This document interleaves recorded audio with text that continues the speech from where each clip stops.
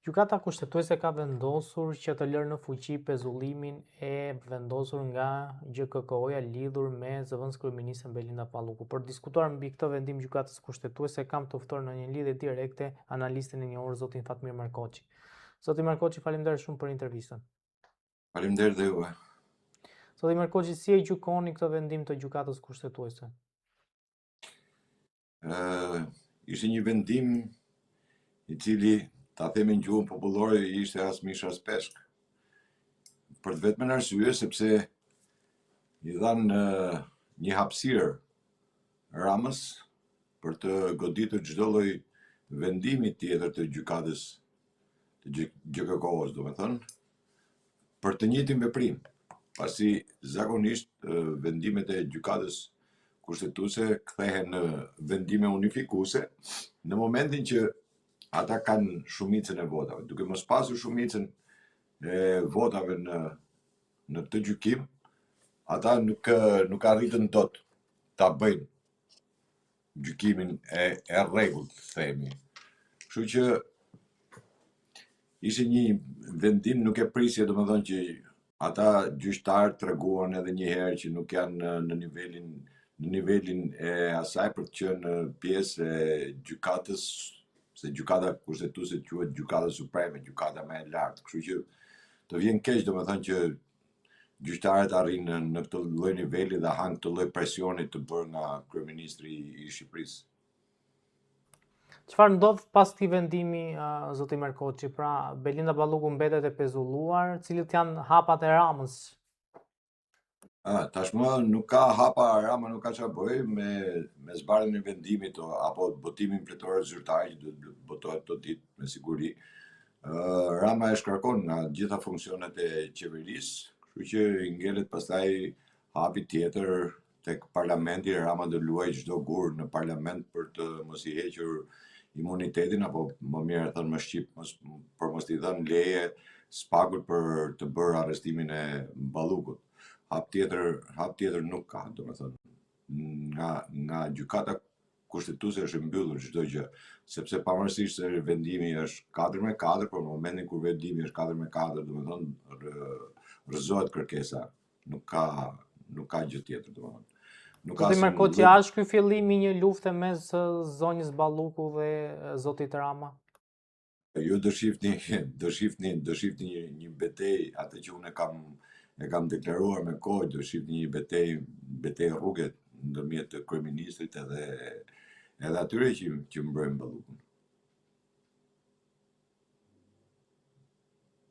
Nëse fillon një luftë, po themi, e fortë mes zonjës Balluku dhe zotit Rama, besoni që mund të shkojë deri aty sa ti, po themi, lëkundet pozita zotit Rama në postën e kryeministrit?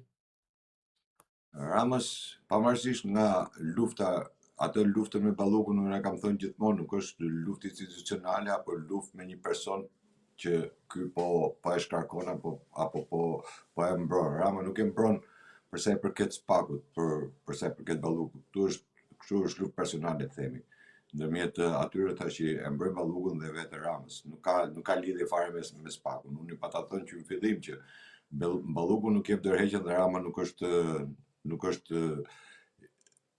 i mundur për ta shkarkuar Ballukun. Ju pata thënë që duhet patjetër një vendim gjykate që Rama të justifikojë, por me këtë lloj vendimi gjykate Rama nuk e justifikon dot edhe shkarkimin e Ballukut. Pra do ketë një betejë mes Ramës edhe ta quajmë tashmë klani Balluku. Ndërsa për sa i përket vetë Ramës, pastaj nuk është problemi tek Balluku, por Rama problemin e ka me drejtsinë shqiptare dhe sidomos me drejtsinë amerikane.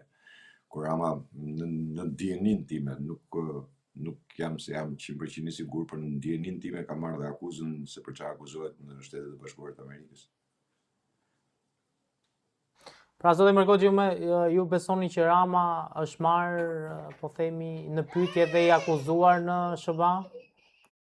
Rama si ka ardhur, nëse ju kujtohet, para votimeve të 11 majit, kur tek ju e kam deklaruar që i kam thënë që trego, domethënë zarfin që ke në tavolinë, çfarë ka ardhur, letër porosia që të ka ardhur në tavolinë. Dhe Rama them që Rama do ketë vajtur se gjithë lëvizjet që Rama ka bërë jashtë shtetit në këto momente, këto kohë që ka qenë, edhe ka ditë të cilët Rama nuk është faqur dhe nuk dihet se ku ka qenë. Gjykimi im them se Rama do të ketë pas kontakte me drejtsinë amerikane. Nuk di nëse ka kaluar oqeanin apo s'ka kaluar, apo kanë qenë ata në Europë apo në Izrael, këtë nuk mund ta them, por di që ka marrë një akuzë më tashmë, sepse mbi Ramën ka shumë akuza. Jo vetëm çështja me Gonigal, është çështja Sinaloa dhe ajo që e kam thënë prej kohësh, u bëj vite sa ndoshta, që kam thënë që ka lidhje me agjenturën kineze dhe ka prek sigurinë e Shtetet Bashkuara të Amerikës. Kështu që Rama është i djegur katërcipërisht.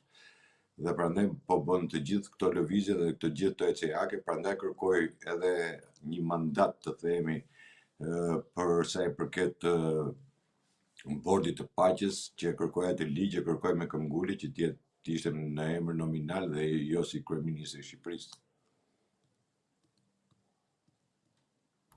A besoni që Rama, po themi, është drejt mbylljes së kapitullit të tij në krye të qeverisë shqiptare? Për sa i përket mbylljes kapitullit, Rama ka mbyll kapitullin në fund vit, kur, nëse ju kujtohet, kishte një raport të Këshillit të Evropës për energjetikën. Ishte raporti FMN-s, që ishte shumë i nxirr, aq sa të jepte përshtypjen e raportit të 96-s, po të FMN-s të 96-s. Dhe ishte dhe dorëheqja apo pezullimi, shkresa që solli Kushner, i solli Ramës me datë 25 dhjetorit, i solli shkresën e pezullimit të investimeve për sa i përket Sazanit. Sepse edhe Sazani ka problemet e veta me dosjen e Epsteinit, të dalë tashmë në dritë, kanë dalë shumë gjëra dhe do dalin shumë gjëra. Pavarësisht se Tirana është dalë vetëm si emër Tiranë, po mos harroni se unë kam thënë, në mos gabofsha bashkë, kemi bërë një intervistë që kam thënë që Rama është i përfshirë totalisht në këtë skandal, në këtë lloj afere që Epstein ka bërë.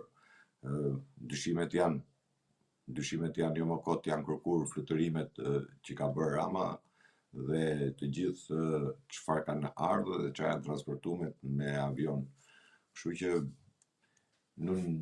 presim në ditët mbi se çfarë mund dalim, po jam mi për mi i sigurt që Rama është i përfshirë edhe në këtë lloj afere, domethënë, sepse aty janë përfshirë të gjithë, sidomos pjesa e të mbajtës është përfshirë totalisht, në mënyrë të çuditshme janë të përfshirë të gjithë. Kështu që edhe ky duke pas edhe pasivitetin e këtij, domethënë duke pas atë pjesën e narcismit që ka kapur Ramën, ajo që kam thënë që Rama tregohet i fortë sepse ka një mbështetje, qoftë nga Soros, qoftë nga Kabare, apo me sa duket paska edhe nga pjesët e tjera të shoqërisë që është botë e errët, dhe prandaj me çdo kusht është munduar të qëndrojë në detyrë, të qëndrojë si kryeministri i vendit, sepse nuk ka njeri tjetër që të bëjë deklarata apo tallje apo cinizma me presidentin e Amerikës, përveç se një kryeministri siç është kryeministri Rama.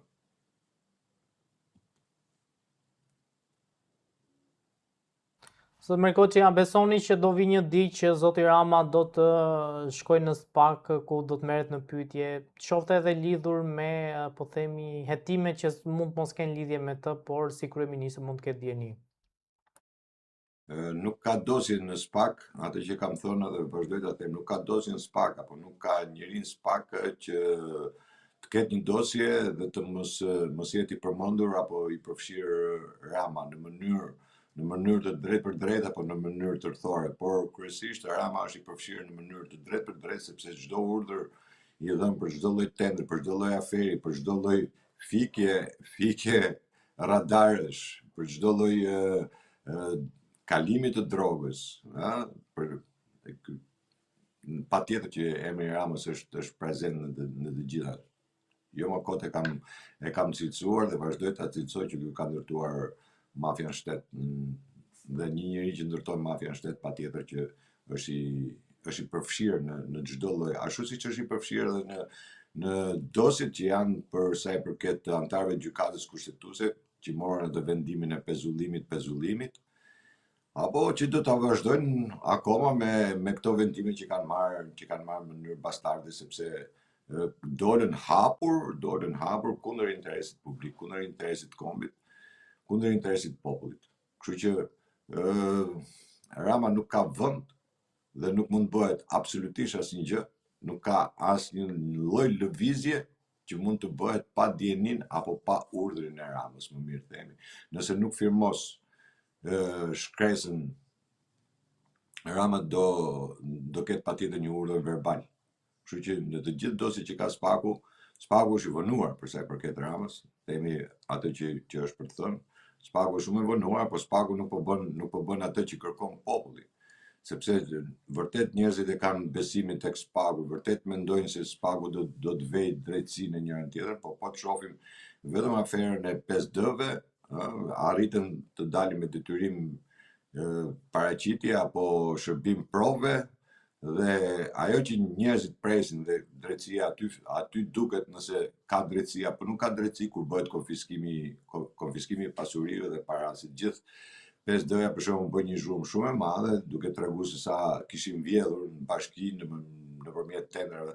Dhe çuditërisht nuk ka asnjë lloj konfiskimi. Nëse Spaku nuk bën konfiskimin e parave, nuk bën konfiskimin e të gjithë pasurive të tunshme dhe të patunshme që këta kanë, atëherë është kot askush nuk ka ndonjë interes se sa dënohet X dhe Y, dënohet 5 vjeta, 10 vjeta, 1 vit, 20 vjet, nuk ka asnjë lloj rëndësie, nëse aty nuk konfiskohet pasuria dhe qoftë ajo e lyqme, qoftë ajo e palyqme. Sot me kohë që flitet për një udhëtim të zotit Rama drejt Brukselit, pasi thuhet se është thirrur me urgjencë lidhur me zhvillimet e gjyqësorit në Shqipëri. Brukseli e bëri të qartë me deklaratat që bën, të cilët thanë nëse nuk vepron gjykata kushtetuese apo nuk vepron parlamenti për sa i përket dhënies lejes për Ballukun për arrestimin e saj, negociatat në Shqipëri do fillojnë nga zero. Pra tashmë kemi edhe një bashkim evropian i cili pavarësisht se nuk është se themi që është i përkryer apo nuk ka aferat e tij apo nuk ka problemet e tij, se edhe Bashkimi Evropian është më keq se Rama, drejt shpërbërjes janë edhe ata, por tek e fundit kanë edhe ata një përgjegjësi morale, themi, tregojnë një farë moraliteti duke e thirrur për të thënë që ky është fundi, kjo është vija kuqe, ke kalu vijën e kuqe. Dhe vërtet me Ballukun ai ka kalu vijën e kuqe sepse është një aferë e cila nuk është puna vetëm se po ta vërtetoj Spaku. Nuk ka nevojë për vërtetim sepse të gjitha punimet që janë bërë, të gjitha kanë dështuar, të gjitha janë rënuar, të gjitha janë shkatruar, qoftë tuneli Llogaras që rrjedh, se kur deklarova në fillim fare kur u inaugurua që thash ky s'ka bërë kolaudimin dhe kujdes me këtë tunel, njerëzit edhe qeshën edhe e morën si, nuk di se si, po nuk e besuan, më mirë themi. Kështu ndodhi me gjithë rrugët që ka bërë kështu. Kështu që nuk ka ndonjë gjë tjetër. Jemi në këto kushte, kështu që mos harroni se shumë para janë hedhur nga Bashkimi Evropian, jo më kot u përmenda edhe raportin e FMN-s, se edhe në raport FMN-s janë pikërisht flitet edhe për buxhetin aty, edhe për paratë e hedhura dhe të asaj të shpërdoruar për të vjedhura nga qeveria. Kemi Impartin, Impart 2, Impart 3 që nuk funksionon më sepse janë para po prapë të deklaruar. Pra është një akuzë publike, e bërë publike. Pra çdo njeri e shef rrugën që bie, çdo njeri e shef se si qahet rruga, çdo njeri e shef tunelin që rrjedh, çdo njeri e shef atë katastrofën që ka ndodhur, përmbytjen, të gjitha njerëzit i shohin. Pra nuk ka nevojë të marrim edhe të themi Spaku e ka të vërtetuar apo s'ka të vërtetuar. Kjo është vërtetim publik, çdo shqiptar ta pyesësh e din shumë mirë, nuk ka domethënë. Dhe pikërisht në këto kushte Bashkimi Evropian kur e thret, Brukseli e thret pikërisht vetëm për këtë. Dhe thash deklarata që bëri Brukseli që tha që nëse nuk vepron drejtësia në mënyrë të drejtë, pra Ballukut nuk i hiqet imuniteti, nuk i jepet leje Spakut për ta arrestuar, atëherë ne do fillojmë negociatat nga zero. Jo se këto negociatat që janë bërë, apo këto grup kapitush që janë hapur, që Rama i ka quajtur me të madhe, i ka quajtur një fitore shumë e madhe. Unë gjithmonë kam qenë skeptik edhe asnjëherë nuk kam pranuar që Shqipëria e meriton të jetë në atë kooperativ, unë e quaj kooperativ gjënë. Por nuk ka standard. Ashtu siç nuk kemi standard për të qenë pjesë e NATO-s, por politika është e tillë, geopolitika është po prapë më e thellë, kështu që Shqipëria duke qenë pjesë e Ballkanit, patjetër që duhet të jetë edhe pjesë e NATO-s. U futën, ose më mirë na futën në NATO, se sa ne nuk plotësonim as i kusht, ashtu siç nuk plotësojmë as sot, se ne s'kemi as lloj mbrojtje. Kështu që do na fusin edhe në atë kooperativën e Bashkimit Evropian, do na fusin pikërisht vetëm për geopolitik, jo se dhe geostrategjinë që ka NATO, dhe do jetë NATO ndikuesi që Shqipëria do jetë pjesë e Bashkimit Evropian.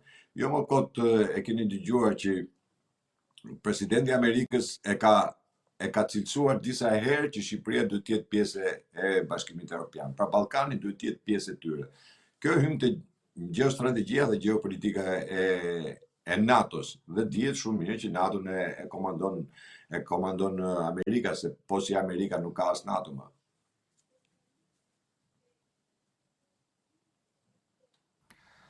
Zoti Merkoçi, në fakt, nëse do kemi një zhvillim akoma po themi më të bujshëm, edhe mund të ndodhë që zoti Rama të vendoset përpara një, po themi, zgjedhje shumë vështirë, ku ose të lëshoj pushtetin, ose ndoshta drejtësia mund të merret me të, dhe ai vendos të lëshoj pushtetin. Çfarë ndodh me Shqipërinë pra? Do kemi zgjedhje, ka qeveri teknike, çfarë procedurash ka më tej?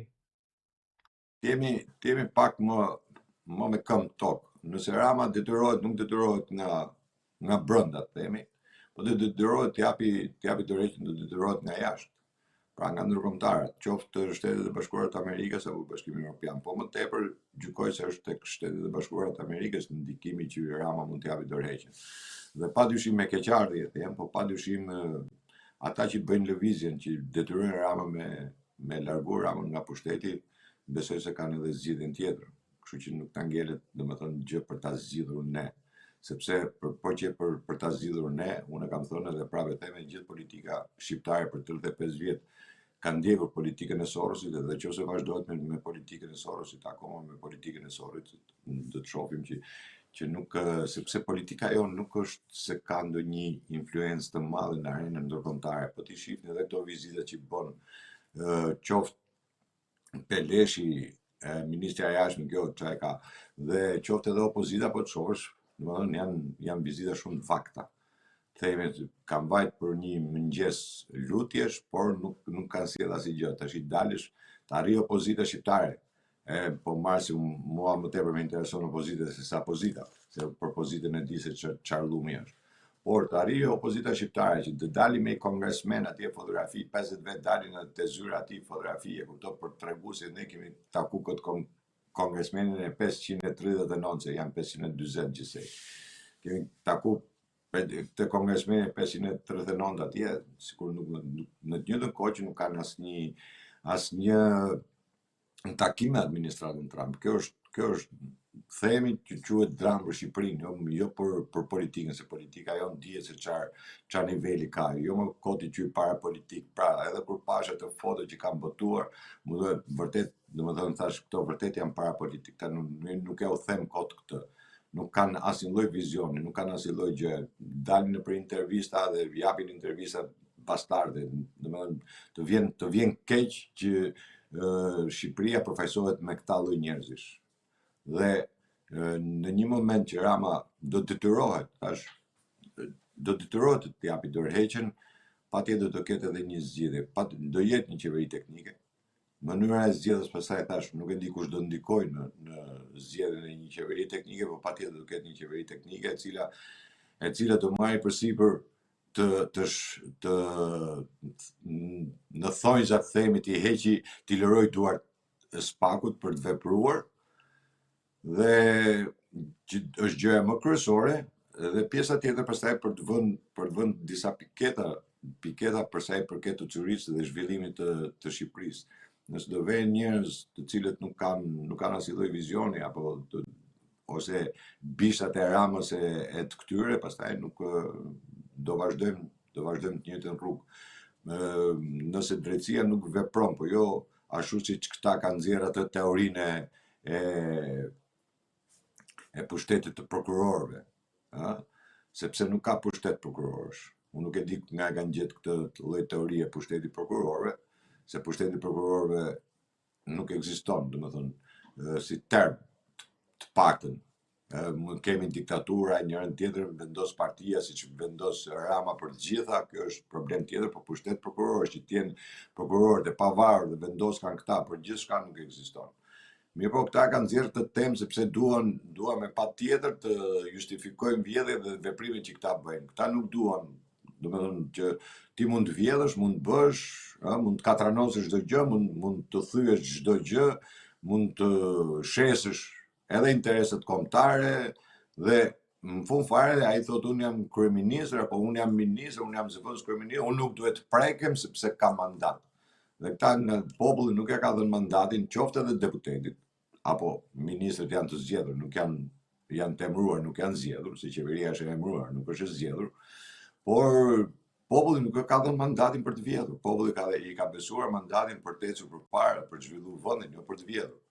Kështu që këta këtu e ngatarrojnë atë dhe prandaj kanë nxjerrë këtë teorinë e pushtetit prokurorëve. Por që do ketë pastaj një qeveri teknike, patjetër do ketë qeveri teknike, se ndryshe nuk mund të shkosh në zgjedhje në këtë lloj situate dhe në këtë lloj kaosi. Por që ajo qeveri teknike pastaj duhet bëjë gjithë reformat, pra ajo qeveri teknike nuk do jetë as 2 mujore as 3 mujore, siç e kërkojnë qoftë edhe opozita që thotë duhet ketë një qeveri 3 mujore para zgjedhjeve, që është skandal edhe ajo. Por duhet jetë një qeveri të paktën më minimalja është 1 vjeçare.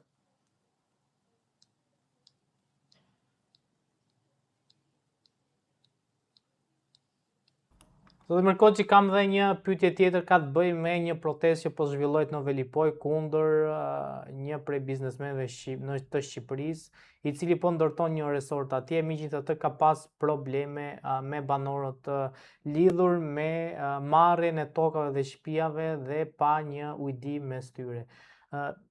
Pse akoma vazhdoj që në 2026 kemi probleme të tilla me pronën, dhe pse për shembull një oligark ose qoftë një biznesmen, në momentin që nis një investim në një nga zonat në Shqipëri, nuk ka një marrëveshje me banorët atje, edhe pse ndoshta për shkak edhe të shtetit, ai që zotron tokën ndoshta nuk e ka dhe me letra tokën, por dihet që ai mund të ketë vite stërgjysh ka stërgjysh që jeton aty.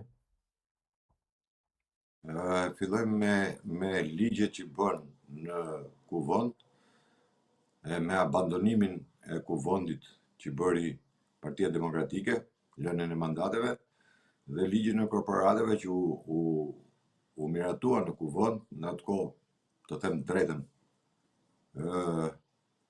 Kam pas një përplasje shumë të madhe me opozitën dhe ju kam kërkuar që ta çojnë edhe çështjen në gjykatë kushtetuese, gjë që nuk e çun, ligjin e korporateve. Dhe mbi ligjin e korporateve këta veprojnë. Duke qenë se këta kanë çdo gjë në dorë, atëherë bëjnë të mundur që pronari i tokës mos ta marri tokën me letra, mos të ketë tapinë e tokës, duke nxjerrë justifikime pas justifikimesh, por kjo ka ndodhur në gjithë Shqipërinë. Domethënë siguria juridike në Shqipëri është zero, themi.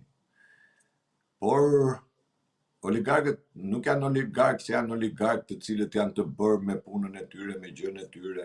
Ta janë oligarkë të emëruar, janë oligarkë partish.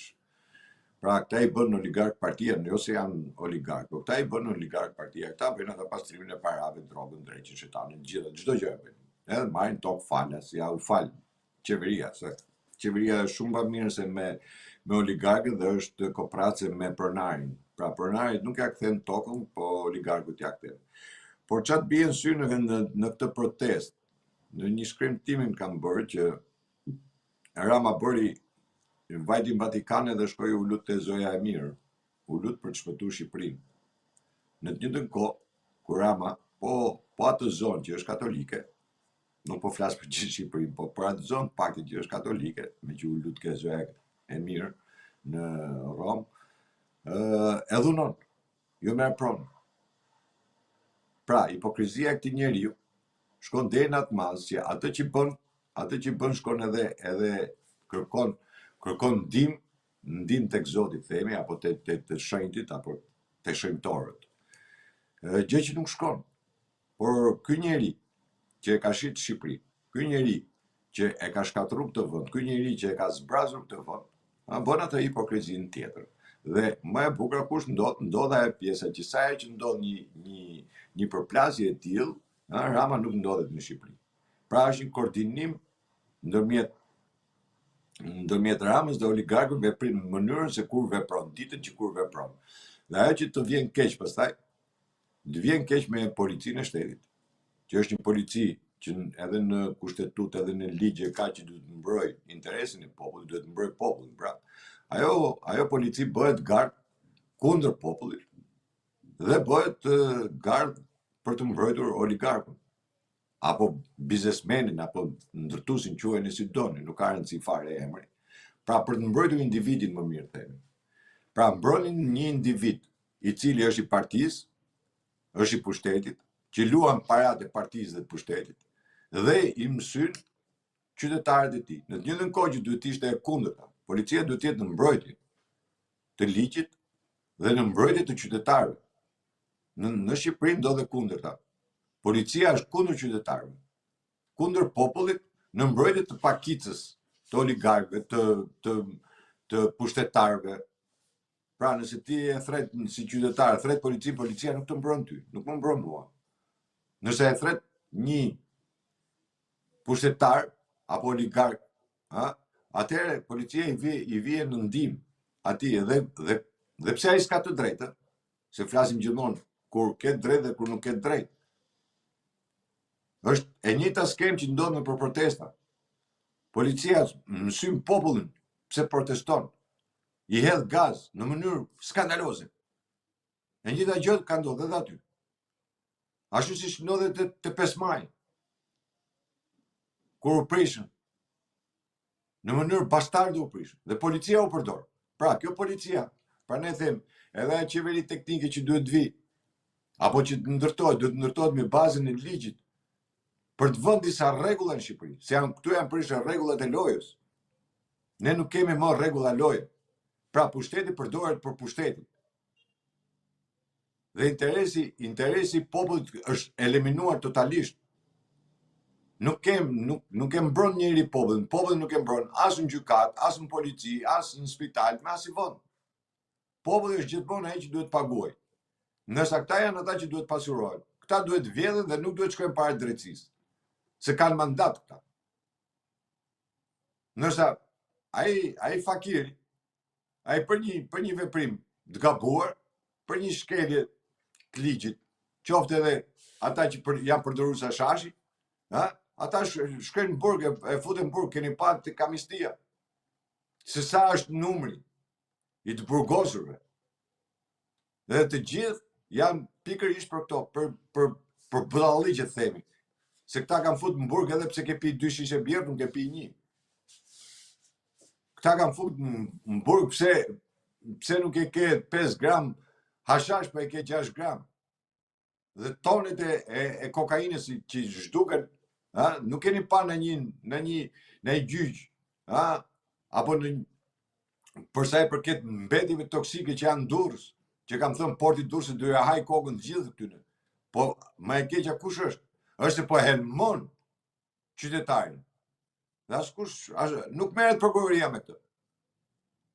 Nuk merret SPAK-u me këtë. Dhe SPAK-u merret të thret në SPAK, turpi i madh, të thret në SPAK pse? A ka ndikuar kjo kryetarja e mini bashkisë në votan që ke dhënë ti? A e kuptoni që atë turpi është apo se kuptoni? Merret SPAK-u me këtë më. Jo më larg se dje e kishe një rast tillë. Merret SPAK-u, a ka ndikuar e njefti këtë, po e njoh se është mini bashkisë, a ka ndikuar kjo ke vota për këty? E kuptoj me çfarë merret? Në vend që të merret, pra harxojnë kohën, harxojnë energji, konsumojnë edhe letrën për budalliqe të tilla. Më fal. Dhe shoh zhdukën 2 kontenerët me drogë. Në Port Durrësit nuk foli njëri, s'ka një hetim. Ikën mbetje toksike, nuk foli asnjëri, bërtijet më të madhe, ore ikën. U desh një vit ta deklarohet edhe një kompani e huaj pastaj. Një nga këto shoqatat e mbrojtjes që e deklaruan. Sa kur për ti çon nuk e hap të gojë njëri. Po flas edhe për opozitën.